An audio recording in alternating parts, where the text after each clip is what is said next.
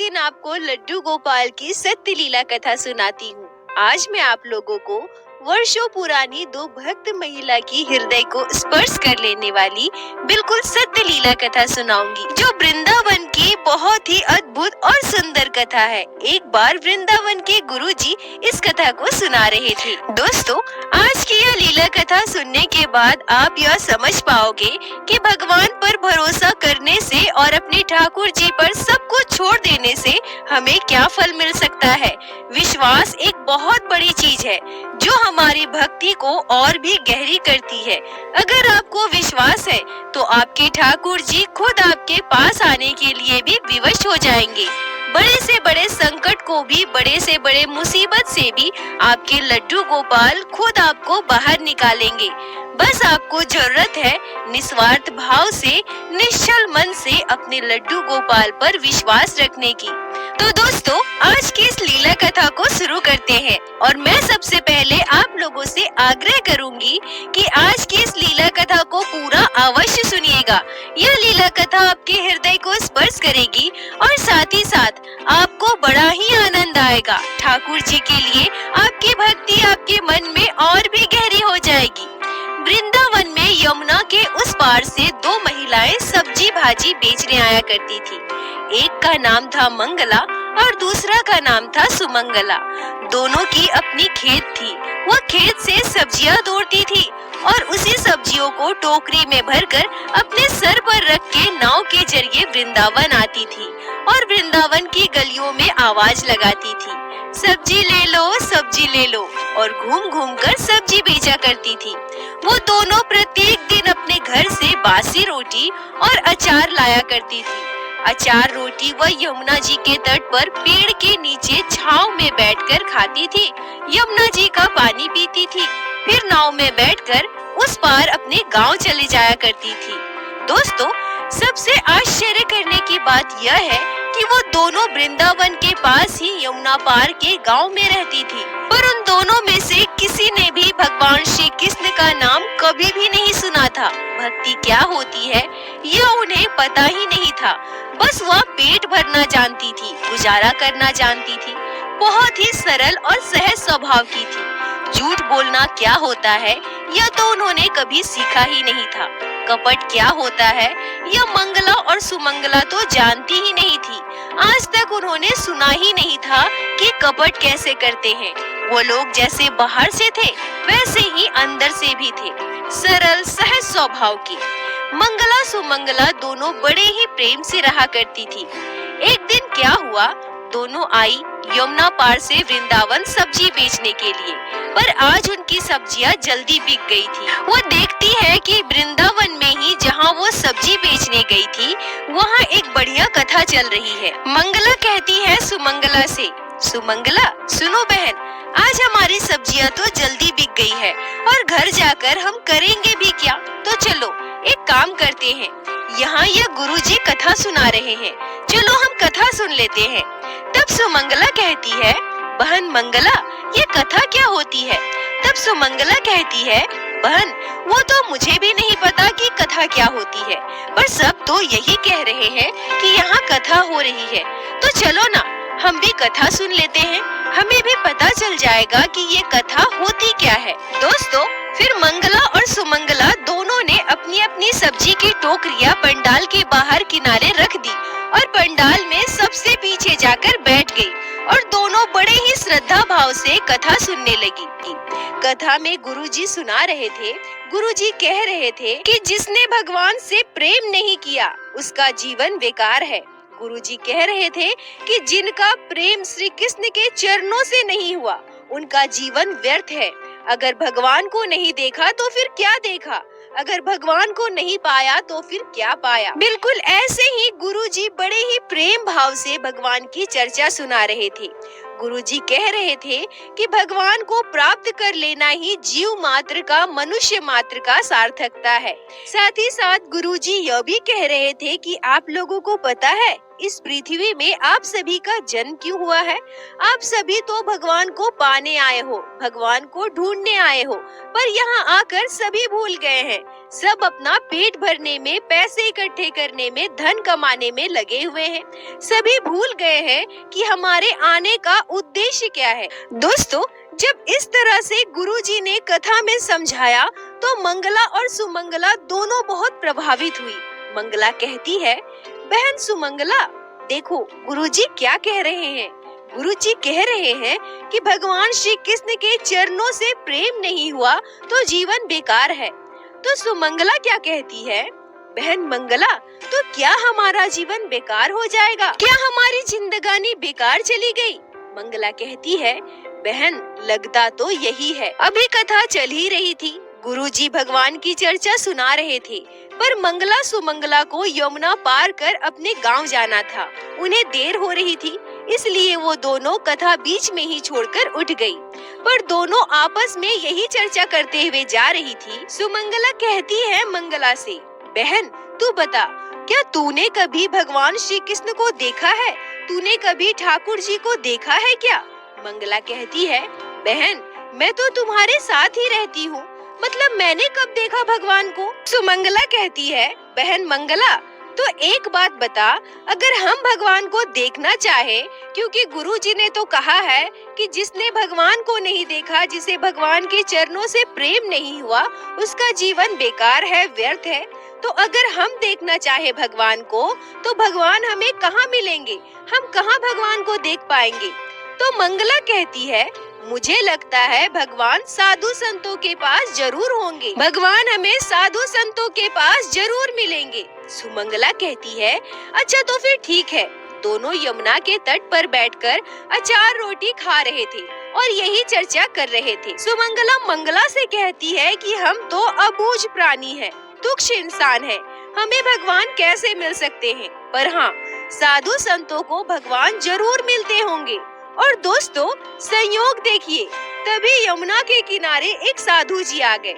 साधु जी अपना कमंडल और झोला यमुना जी के तट पर रखे और खेतों की ओर चले गए, मतलब खेतों की ओर फ्रेश होने बाथरूम के लिए चले गए। अब दोस्तों, मंगला सुमंगला का भोलापन देखिए। जैसे ही साधु जी अपना झोला और कमंडल रखकर जंगलों की तरफ झाड़ियों में जाकर बैठ गए, वैसे ही मंगला कहती है कि देखो, ये महात्मा जी है और उनका झोला और कमंडल यही है, जरूर इस झोले में या कमंडल में भगवान होंगे। तभी सुमंगला कहती है कि हाँ, तुम सही कह रही हो, बाबा जी तो बस एक लंगोटी पहनकर जंगल की तरफ गए हैं, उनका सामान और झोला तो यही है ना, वो तो अपने साथ कुछ भी लेकर नहीं गए हैं, मतलब भगवान उनके इसी सामान में होंगे। तभी दोनों आपस में एक दूसरे से कहती है कि चलो चलो, जल्दी से बाबा जी आए, उससे पहले हम चलते हैं। और वो दोनों अपना जूठा अचार और रोटी वहीं छोड़कर बाबा जी के सामान की तरफ दौड़ती है। पहले उन्होंने कमंडल उठाया तो कमंडल में कुछ भी नहीं था, फिर उन्होंने झोला देखा तो झोले में भी कुछ नहीं था, बस एक चंदन था और एक दो सामान था। सुमंगला कहती है, बहन मंगला, बाबा जी के सामान में तो कुछ भी नहीं है। तभी मंगला कहती है, बहन सुमंगला, देखो देखो, अच्छे से देखो, बाबा जी के पास, महात्मा के पास भगवान जरूर होंगे। शायद हमें दिखाई नहीं दे रहे होंगे, पर इन्हीं सामानों में होंगे। हमें ठीक से देखना होगा, भगवान हमें जरूर मिलेंगे। दोस्तों देखिए, दोनों का भोलापन देखिए। दोनों को यह भी नहीं पता कि भगवान कहाँ होंगे। दोनों को यही लग रहा था कि साधु महात्मा के पास होंगे और साधु महात्मा का सामान तो यही है, मतलब इसी झोले में होंगे। अब दोनों जल्दी जल्दी उस झोले में ढूंढने लगे। ढूंढते ढूंढते उन्होंने साधु जी का पूरा झोला जमीन पर पलट दिया। अब झोला पलटते ही झोले में से एक छोटी सी स्टील की डिबिया गिरी। उस स्टील के डिबिया को मंगला ने उठा लिया और बहुत ही सावधानी से उस डिब्बे को खोलने लगी। और जब वह डिब्बा खोलती है तो क्या देखती है, उस डिब्बे के अंदर में से एक छोटे से लड्डू गोपाल मिलते हैं। लड्डू गोपाल को देखते ही सुमंगला कहती है, बहन देखो देखो, भगवान मिल गए हैं, ये है हमारे भगवान, यहाँ बैठे हैं भगवान। अब लड्डू गोपाल को देखकर मंगला रोने लगती है। सुमंगला कहती है कि बहन तुम रो क्यों रही हो? भगवान के दर्शन तो हमें मिल गए ना, यही तो भगवान है। दोस्तों, मंगला रोते हुए कहती है, हे भगवान, आपको इतने छोटे से डिब्बे में बाबा जी ने बंद करके रखा है। हे भगवान, मुझे तो लगता है ये बाबा जी जरूर आपको डांटते धमकाते भी होंगे। मंगला रोते हुए कहती है, देखो ना बहन सुमंगला, भगवान के पैर कैसे मुड़े हुए हैं। दोस्तों, लड्डू गोपाल का पैर तो मुड़ा हुआ होता है ना। तभी सुमंगला कहती है, भगवान अभी वो जंगल की तरफ गए हैं, आप एक काम करो, जब तक बाबा जी नहीं है, जब तक हम आपके साथ हैं, आप अपना पैर सीधा कर लीजिए। दोस्तों, सच में भगवान के प्रति इतना निश्चल भाव को देखकर और यह लीला कथा आप सभी को सुनाते हुए मेरी आंखें नम हो रही है। सुमंगला कहती है, आपको अभी डरने की जरूरत नहीं है भगवान, आप अभी हमारे साथ हैं। आप जल्दी से अपना पैर सीधा कर लीजिए। आपको ये बाबा जी कितना डराते हैं ना, आप तो डर के मारे अपना पैर टेढ़ा कर लिए हैं और आपका पैर आपने मोड़ भी लिया है। आपको तो बाबा जी इस छोटी सी डिबिया में बंद करके रखते हैं। अगर आप हमारे साथ चलोगे ना, तो हम आपको टोकरी में बिठाएंगे। तभी मंगला कहती है, बहन सुमंगला, लगता है भगवान कुछ ज्यादा ही डरे हुए हैं। तभी मंगला कहती है, बहन सुमंगला, लगता है भगवान कुछ ज्यादा ही डरे हुए हैं, तभी तो अपने पाँव सीधे नहीं कर रहे हैं। तभी सुमंगला कहती है, लाओ बहन, भगवान को मुझे दे दो, मैं उनके पाँव सीधे कर देती हूँ। जब सुमंगला ने लड्डू गोपाल का पैर पकड़कर खींचा और वो भगवान से कहने लगी, भगवान अभी साधु जी नहीं है, आपको डरने की आवश्यकता नहीं है, आप थोड़ी देर अपना पाँव सीधा कर लीजिए, आपको अच्छा लगेगा। दोस्तों, यह बताते हुए आप सभी को मेरे शरीर के रोंगटे खड़े हो रहे हैं। जब सुमंगला ने हमारे लड्डू गोपाल का पैर पकड़कर खींचा, उसे सीधा करने की कोशिश की, तो हमारे ठाकुर जी सुमंगला के सरलता पर, उसके सहज स्वभाव पर रीझ गए। दोस्तों, न जाने कौन से गुण पर हमारे दयानिधि रीझ जाते हैं। दोस्तों, हमारे लड्डू गोपाल मंगला और सुमंगला के सरलता पर, सहजता पर रीझ गए, और जब हमारे ठाकुर जी रीझ गए, भगवान रीझ गए और सुमंगला ने लड्डू गोपाल का पाँव पकड़कर खींचा, तो हमारे श्याम सुंदर ने अपने पाँव सीधे कर दिए। और दोस्तों, हमारे श्याम सुंदर लड्डू गोपाल ने एक पाँव सीधा नहीं किया। जब एक पाँव सुमंगला ने खींचा, तो दूसरा पाँव मंगला ने खींचा और हमारे लड्डू गोपाल ने दोनों पाँव सीधे कर दिए। जब हमारे लड्डू गोपाल के पाँव सीधे हो गए, तो हमारे ठाकुर जी थोड़े बड़े हो गए। उनके पाँव मुड़े हुए थे तो वो छोटे थे, और जब उनके पाँव सीधे हो गए तो हमारे लड्डू गोपाल बड़े हो गए। अब मंगला सुमंगला ने ठाकुर जी को खड़ा किया, और वह जो बासी रोटी और अचार खा रही थी, जो जूठा उसका बच गया था, वो बड़े ही प्रेम भाव से मंगला और सुमंगला अपने हाथों से लड्डू गोपाल को खिलाने लगी।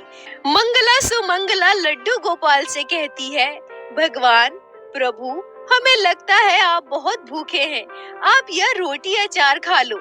हमारे लड्डू गोपाल मंगला सुमंगला के सरल सहज भाव से रीझकर उनके जूठे अचार रोटी को खाने लगे। लड्डू गोपाल ने अपना मुख खोला और मंगला सुमंगला ने अपने जूठे रोटी अचार को लड्डू गोपाल के मुंह में डालने लगी। हमारे ठाकुर जी मुस्कुरा रहे थे, मंगला सुमंगला की ओर देख रहे थे और अचार रोटी खा रहे थे। दोस्तों, तब तक बाबा जी उस जंगल झाड़ियों में से निकल आए। अब बाबा जी देखते हैं कि दो महिलाएं मेरे झोले के पास बैठी है। बाबा जी चिल्लाते हुए कहते हैं, अरे कौन हो तुम, कौन हो तुम लोग, कोई चोर हो क्या, पकड़ो पकड़ो पकड़ो पकड़ो। ऐसा करके बाबा जी दौड़ने लगते हैं। मंगला सुमंगला डर जाती है और डर से लड्डू गोपाल के श्री विग्रह को वहीं छोड़ देती है और कहती है, भगवान हम जा रहे हैं, हम आपसे फिर कभी मिलेंगे। मंगला सुमंगला अपनी अपनी टोकरी उठाई और दौड़कर वहाँ से भाग गई। बाबा जी गुस्से में अपने झोले के पास पहुँचे तो क्या देखते हैं कि उनके झोले का पूरा सामान जमीन पर पटका हुआ था। उनके झोले का पूरा सामान जमीन में पलटा हुआ था। बाबा जी एक एक कर अपना सामान उठाना लगे। उनके झोले का पूरा सामान जमीन में पलटा हुआ था। बाबा जी एक एक कर अपना सामान उठाने लगे। पहले उन्होंने चंदन उठाया, फिर उन्होंने उस डिब्बे को उठाया जिसमें उन्होंने लड्डू गोपाल को रखा था। बाबा जी डिब्बा उठाकर देखते हैं तो डिब्बा खुला है। अरे, मेरा डिब्बा यहाँ खुला पड़ा है। यहाँ बाबा जी डिब्बा उठाकर देखते हैं तो डिब्बा खुला है। अरे, मेरा डिब्बा यहाँ है पर ये तो खुला है, तो मेरे भगवान जी कहाँ हैं? वो जब यहाँ वहाँ देखने लगे तो हमारे लड्डू गोपाल पड़े थे बालू में। यमुना किनारे बालू में लड्डू गोपाल पड़े थे। बाबा जी लड्डू गोपाल को उठाए। बाबा जी ने लड्डू गोपाल को उठाया और उस डिब्बे में वापस रखने लगे, तो हमारे ठाकुर जी उस डिब्बे में आ ही नहीं रहे थे। बार बार लड्डू गोपाल का पाँव बाहर निकल जा रहा था। बाबा जी देखते हैं, अरे ठाकुर जी इस डिब्बे में आ क्यों नहीं रहे हैं? जब बाबा जी ने ध्यान से देखा तो क्या देखते हैं कि हमारे लड्डू गोपाल ने दोनों पाँव सीधे कर दिए हैं। लड्डू गोपाल का दोनों पाँव सीधा हो गया है। बाबा जी के दोनों आँखों से झरझर आंसू बह रहे थे। लड्डू गोपाल के चरणों में बाबा जी गिर गए। तभी सुमंगला जोर से चिल्लाते हुए आवाज लगाकर बाबा जी से कहती है, बाबा जी अब आप भगवान को डराना मत। आपने बहुत डरा धमका रखा था। भगवान ने डर से अपने पाँव टेढ़े कर रखी थी, हमने उनका पाँव सीधा किया है। अब दोबारा डांट कर फिर से भगवान जी के पाँव टेढ़ी मत कर देना। मंगला सुमंगला यह कहकर चली जाती है और वह साधु बाबा खड़े खड़े रोते हुए मंगला सुमंगला की ओर देखे जा रहा था और चिल्लाते हुए कह रहा था, रुक जाओ, मुझे तुम्हारे चरणों की धूल लेनी है। पर मंगला सुमंगला नहीं रुके, वह दोनों चली गई। उन्हें लग रहा था कि कहीं बाबा जी हम दोनों को पकड़कर मार ना लगाएं।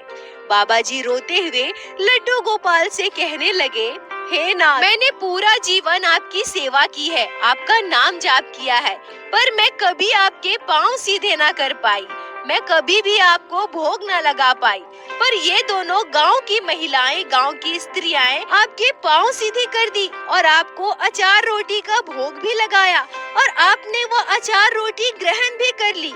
वो महात्मा रोते हुए ठाकुर जी के आगे हाथ जोड़कर कहते हैं, नाथ, मैं बहुत बड़ा अभागा हूँ, मैंने बस झोले में रखकर आपको ढोया है।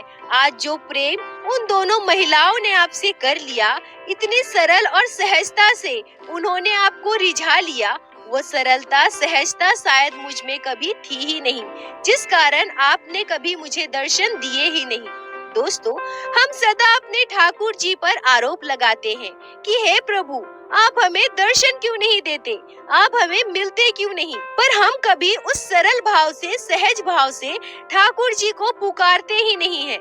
इसी कारण से भगवान हमें दर्शन भी नहीं देते। दोस्तों, उस दिन तो मंगला सुमंगला अपने घर चली गई। दूसरे दिन वो फिर से सब्जी बेचने वृंदावन आई।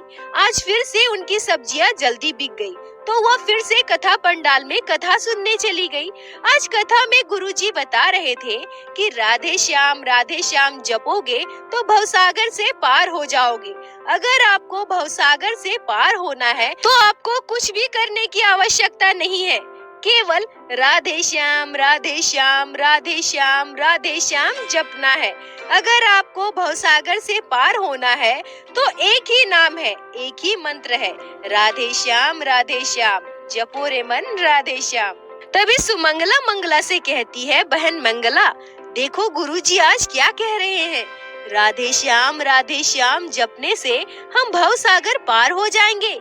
तभी मंगला क्या कहती है, बहन सुमंगला, हम प्रतिदिन सब्जियां बेचने नाव से उस पार से जमुना के इस पार आते हैं और प्रतिदिन हमारे 25 पैसे खर्च हो जाते हैं। अब से हम भी राधे श्याम जपेंगे और बिना पैसे दिए यमुना पार चले जाएंगे। तो आज जब मंगला और सुमंगला कथा सुनकर गई तो दोनों ने अपनी आंख बंद कर लिए और गुरुजी के वचनों पर विश्वास करके वो बस यही कह रही थी, राधे श्याम। और अब जब वो राधे श्याम कहकर आंखें बंद करके यमुना पार कर रही थी, तो वो पूरा यमुना पार कर गई। उस पार पहुँचते ही दोनों खुशी से झूमते हुए नाचने गाने लगी। हमारे तो 25 पैसे बच गए। ऐसे तो हमारे प्रतिदिन 25 पैसे जाने के और 25 पैसे आने के 50 पैसे बच जाएंगे। अब वो प्रतिदिन ऐसा ही करने लगी। एक ही नाम जपती थी, राधे श्याम राधे श्याम। उनको बस राधे श्याम नाम पर पूर्ण विश्वास था। उनको यह विश्वास था कि चाहे कुछ भी हो जाए, पर हमारे भगवान श्री कृष्ण हमें डूबने नहीं देंगे। और दोस्तों, जिनको इस नाम पर विश्वास जम जाता है, जो यह मान लेता है कि हमारा परमात्मा, हमारे लड्डू गोपाल, हमारे भगवान श्री कृष्ण हमें डूबने नहीं देंगे, तो किसी भी परिस्थिति में आपकी नैया नहीं डूब सकती है। अब एक दिन सुमंगला कहती है मंगला से, बहन मंगला, गुरुजी की कृपा से हमने बहुत पैसे बचाए हैं, तो क्यों ना हम गुरुजी को घर पर भोग लगाएं, उनके लिए भोजन बनाएं। सुमंगला कहती है कि ठीक है बहन, तुम भोजन की तैयारी करो, मैं जाकर गुरुजी को बुलाकर लाती हूँ। सुमंगला वृंदावन गई और गुरुजी के आगे हाथ जोड़कर कहा, हम आपको अपने घर बुलाना चाहते हैं, आपको भोजन करवाकर कुछ दान दक्षिणा देना चाहते हैं, आप कृपा करके हमारी कुटिया में पधारो। अब गुरुजी सोचने लगे कि हमारी भक्त है, इतनी आदर सत्कार से बुला रही है तो चला जाता हूँ, अच्छी दान दक्षिणा भी मिल जाएगी। गुरुजी ने कहा कि हाँ ठीक है, चलो मैं चलता हूँ। दोस्तों, आज सुमंगला अकेले वृंदावन आई थी बाबा जी को बुलाने के लिए, और मंगला घर पर भोजन की तैयारी में लगी थी। सुबह का वक्त था। गुरुजी सुमंगला के साथ जाने के लिए यमुना तट पर पहुँचे। गुरुजी क्या देखते हैं कि यहाँ तो कोई भी नाव नहीं है। अब नाव के बिना गुरुजी यमुना के उस पार कैसे जाएंगे? गुरुजी सुमंगला से कहते हैं, बेटी, यहाँ तो कोई नाव नहीं है, तुम मुझे नाव के बिना उस पार अपने कुटिया में कैसे लेकर जाओगी? तभी सुमंगला क्या कहती है, गुरुजी, आपने तो हमें सबसे बड़ी नाव प्रदान किया है। सुमंगला कहती है, वही नाव जिससे हम प्रतिदिन यमुना पार करते हैं। अच्छा दोस्तों, सुमंगला क्या सोच रही थी कि हम गुरुजी के चेले हैं, गुरुजी की बात मानकर राधे श्याम नाम से पार कर सकते हैं, तो हमारे गुरुजी तो गुरुजी हैं, उनके लिए यह तो कोई बात ही नहीं है, बड़ा ही आसान होगा गुरुजी के लिए यह सब। सुमंगला राधे श्याम जप करते हुए यमुना नदी में आगे बढ़ती है, और जब वो पलट कर देखती है तो गुरुजी अभी भी किनारे ही खड़े हैं। सुमंगला आवाज लगाती है, गुरुजी, राधे श्याम आ जाइए आ जाइए, गुरुजी, राधे श्याम आ जाइए। अब दोस्तों, गुरुजी क्या सोचते हैं कि सुमंगला शायद बेचारी बहुत गरीब होगी, उसके पास नाव के पैसे नहीं होंगे, इसलिए वो जिस तरफ नदी में पानी कम है उस तरफ से मुझे ले जाने की कोशिश कर रही होगी। अब गुरुजी ने अपनी धोती उठा ली। उन्होंने सोचा कि पत्थर वत्थर होंगे जिस पर चलकर सुमंगला आगे बढ़ रही है, सुमंगला भी किसी पत्थर पर खड़ी होगी। अब गुरुजी ने जैसे ही पांव रखा, गुरुजी कमर तक पानी में धंस गए। गुरुजी जैसे ही कमर तक पानी में डूब गए, आवाज हुई। मंगला पीछे पलट कर देखती है तो गुरुजी कमर तक पानी में डूबे हुए थे। अब सुमंगला पानी में ही दौड़ते हुए गुरुजी के पास आती है, पर उनके मुख से उच्चारण राधे श्याम नहीं छूटता है। अब वह नाम जपते जपते गुरुजी के पास आई और गुरुजी आश्चर्य हो गए, हे भगवान, ये तो पानी में चल रही है। अब गुरुजी क्या सोचने लगे कि ये जरूर कोई चुड़ैल है, क्योंकि इंसान तो पानी में चल नहीं सकता, ये चुड़ैल ही होगी। सुमंगला दौड़कर आती है, गुरुजी का हाथ पकड़कर कहती है, राधे श्याम। गुरुजी, चलिए, राधे श्याम। गुरुजी सोचने लगते हैं कि ये तो चुड़ैल है, यहाँ कोई पत्थर वत्थर है ही नहीं, ये तो पानी में चल रही थी, यह मुझे ले जाकर यमुना के बीच में छोड़ देगी, मुझे तो तैरना भी नहीं आता। अब गुरुजी चिल्लाने लगे, छोड़ो मुझे, मैंने तेरा क्या बिगाड़ा है, तुम मुझे पानी में क्यों डुबाना चाहती हो? पर सुमंगला गुरुजी को बस एक ही बात कह रही थी। क्या कह रही थी दोस्तों? गुरुजी बोलो, राधे श्याम। गुरुजी बोलो, राधे श्याम। भवसागर हो यमुना, भवसागर हो या हो यमुना, यही है एक ही नाम गुरुजी, राधे श्याम राधे श्याम। गुरुजी इधर बस कह रहे थे मुझे छोड़ दो, मुझे जाने दो, पर इधर सुमंगला मगन होकर बस कहे जा रही थी, गुरुजी बोलो ना राधे श्याम राधे श्याम। अब गुरुजी समझ गए थे कि मेरी मृत्यु तो निश्चित है और यह कोई चुड़ैल है और आज मैं इसके चुंगल में फंस गया हूँ। अब तो मुझे यह मार डालेगी, तो जब मरना ही है तो भगवान को याद कर लेता हूँ। दोस्तों अब देखिए गुरुजी क्या कहते हैं, उबारो राधा वर घनश्याम, उबारो राधा वर घनश्याम। यमुना क्या भव सागर से भी, यमुना क्या भव सागर से भी, यही मंत्र सौ काम, उबारो राधा वर घनश्याम, उबारो राधा वर श्याम। अब दोस्तों जब गुरुजी राधे श्याम कहने लगे तो गुरुजी के पैरों के नीचे जल में ही जमीन आ गई और गुरुजी का हाथ तो सुमंगला ने पकड़ ही रखा था। गुरुजी का हाथ पकड़कर सुमंगला ने उन्हें यमुना नदी पार करवा दी। अब गुरुजी जब यमुना नदी पार कर गए, किनारे पर पहुँचे तो गुरुजी डर के मारे दौड़कर भागने लगे। सुमंगला जाकर गुरुजी के आगे खड़ी हो जाती है और कहती है, गुरुजी आप भाग क्यों रहे हैं? गुरुजी क्या कहते हैं, अरे तुम कौन हो? कोई चुड़ैल हो, भूत हो, पिशाचिन हो, कौन हो? ऐसे कोई नदी में चलता है क्या? तो सुमंगला क्या कहती है, गुरुजी हम ना ही भूत है, ना ही पिशाचिन है, ना ही कोई चुड़ैल है, हम तो आपकी शिष्या हैं। अब गुरुजी सोच में पड़ गए, अरे भाई हम कब से इन भूत पिशाच चुड़ैलों को मंत्र देने लगे? तो सुमंगला क्या कहती है, गुरुजी आप कथा सुना रहे थे और हम आपकी कथा सुन रहे थे। आपने कथा में कहा था कि राधे श्याम नाम जपने से हम भव सागर पार कर सकते हैं, तो हमने सोचा कि अगर हम राधे श्याम नाम जपने से भव सागर पार कर सकते हैं तो यमुना पार क्यों नहीं कर सकते हैं। और उसी दिन से हम प्रत्येक दिन राधे श्याम नाम जप करके यमुना नदी पार करते हैं और हमें तो नाव की आवश्यकता भी नहीं पड़ती और हमारे नाव के पैसे भी बच जाते हैं। गुरुजी की आंखों से झरझर आंसू बहने लगे। गुरुजी सुमंगला से कहते हैं, बेटी मैंने पूरा जीवन राधे श्याम नाम जप किया है, भगवान की कथा सुनाई है, पर मैं बस उस नाम को जपता था, तेरी तरह विश्वास नहीं किया, इसलिए आज मैं डूब गया और तू नहीं डूबी क्योंकि तुझे उस नाम पर विश्वास था। दोस्तों इस कथा को आप सभी को सुनाते हुए मेरे शरीर के रोंगटे खड़े हो गए। ये कथा मेरे हृदय को स्पर्श कर गई। भगवान पर श्रद्धा भक्ति इस कथा के जरिए किसी भी भक्त का 100 गुना बढ़ जाएगा। सच में दोस्तों भगवान पर विश्वास से बढ़कर और कुछ भी नहीं है, इसलिए हर एक परिस्थिति में अपने लड्डू गोपाल पर विश्वास रखिए। और दोस्तों मेरे साथ एक बार प्रेम से कहिए, बोलो बाके बिहारी लाल की जय, लड्डू गोपाल की जय।